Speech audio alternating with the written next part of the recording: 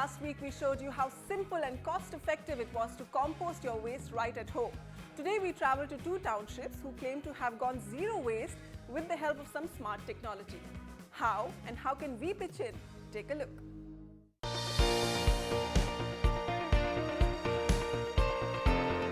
The Kamboj household in Noida's Gaur city claims to be a zero-waste home.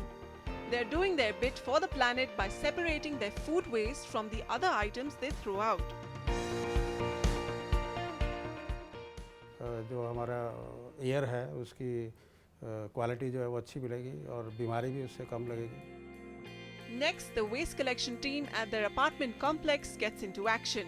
Going door to door, they gather segregated garbage from residents.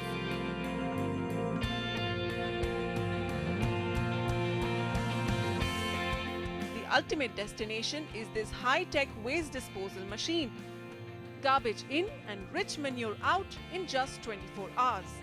The greenery of this developing township and the jobs for the local support staff all sourced from household waste. It's a unique experiment whose success Gaur City is testing out with one machine first. करीबन 1 ton कूड़ा तक daily को जो है वो manicure में convert कर देती है. And investment wise is hardly जो है 7 to 10 lakh rupees per 600 flat you can say जो है. So I think this is doable, not much investment. From zero garbage apartments, we are now heading into India's largest zero waste green colony, New Moti Bagh in Delhi. Be it garbage, dirty water, kitchen waste, plastics or garden waste, everything is recycled and reused inside this township. This Latvian-style colony, home to the government's top bureaucrats, functions on a war footing each day when it comes to its waste management. Wastewater from each household is treated at this plant, literally without a stink, and then used to maintain the greenery. Household waste is segregated and then turned into manure. So neither wastewater nor solid waste. There is no discharge from this colony into the municipal system. Plastics are also turned into fuel, while horticulture waste becomes biomass coal for barbecues. There is no sewer connection with municipal corporation. It means that we are not paying any sewer charges to NDMC or MCD because they charge, for every sewer connection. So that money also we are saving. The big takeaway from Gaur City and New Moti Bagh is that they've eliminated the cost of transporting garbage to overflowing landfills and have instead found solutions in-house. But for their examples to be adopted industry-wide, they have to be made financially sustainable. The latest draft Municipal Solid Waste Management Rules 2015 were released by the Environment Ministry recently. And environmentalists say even the ministry wants to encourage citizens to deal with their waste themselves. This rule has categorically mentioned that there needs to be provisions to incentivize decentralized waste management plants.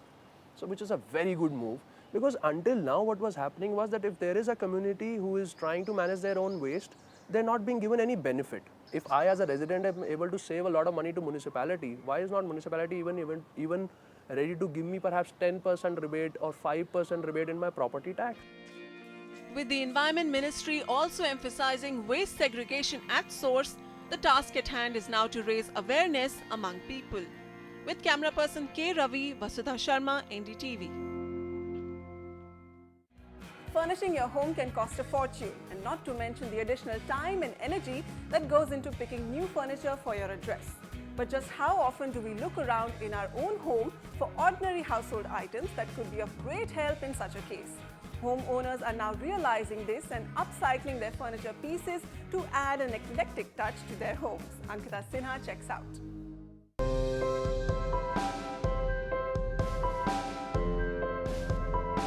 When Santoshi decided to do up her home, her top objective was including touches from her childhood into every room of her house.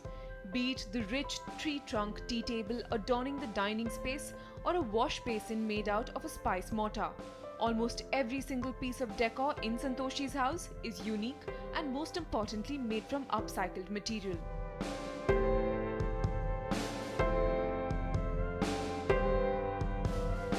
You go rustic, you go upcycled, you see a lot of wood, you see a lot of terracotta, you see a lot of yourself in it, you see a lot of what you grew up with.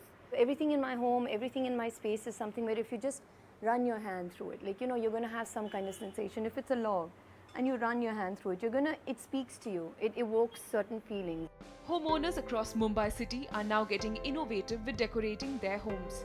Like Santoshi, many of them are giving a twist to cast-away materials and turning them into beautiful pieces, making lovely lamps out of clay pots or a chimney made out of parts of a washing machine. Almost every scrap of your home can be given a whole new look and put to good use. While a few homeowners are hands-on and prefer giving a personal touch to their upcycled furniture, others find their savior in professionals like Nishant Badami and Aziz Kachwala. Nishant, for instance, started off by creating upcycled furniture as a hobby.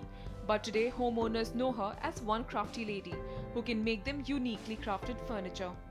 It's all recycled furniture, so it's tables, cupboards, lamps included, everything made from material that usually would go waste. For instance, if there's an old house that's getting broken down or refurbished, then I'm there as the modern bhangar wali, you know, to pick up all the old doors or old tiles or anything. Absolutely anything. I've made a lamp out of, I've made a chandelier out of an old table base that someone had lying around and they wanted to get rid of. Unlike Nishant, who dabbles with recyclable materials at a smaller scale, Aziz Kachwala's Attin has been a part of this industry for quite some time now.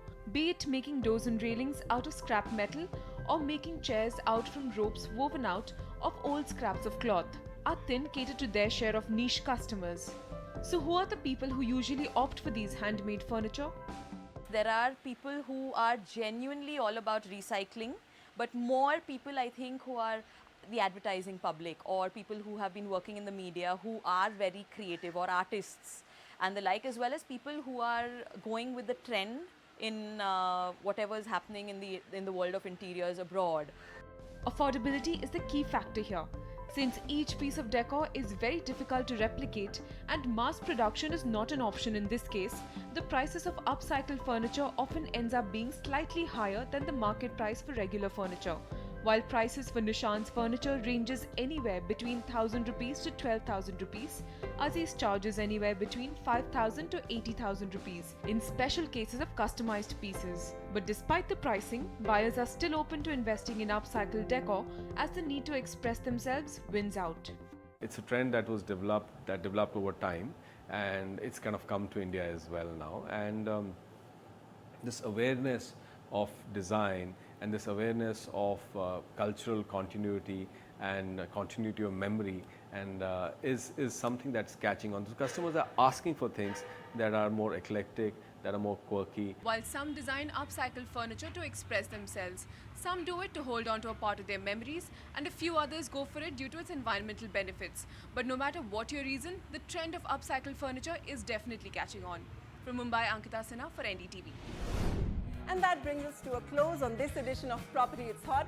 Send us your questions and suggestions to hotproperty@ndtv.com and do connect with us on our webpage and Twitter handle. From the entire team, thank you for watching. Goodbye.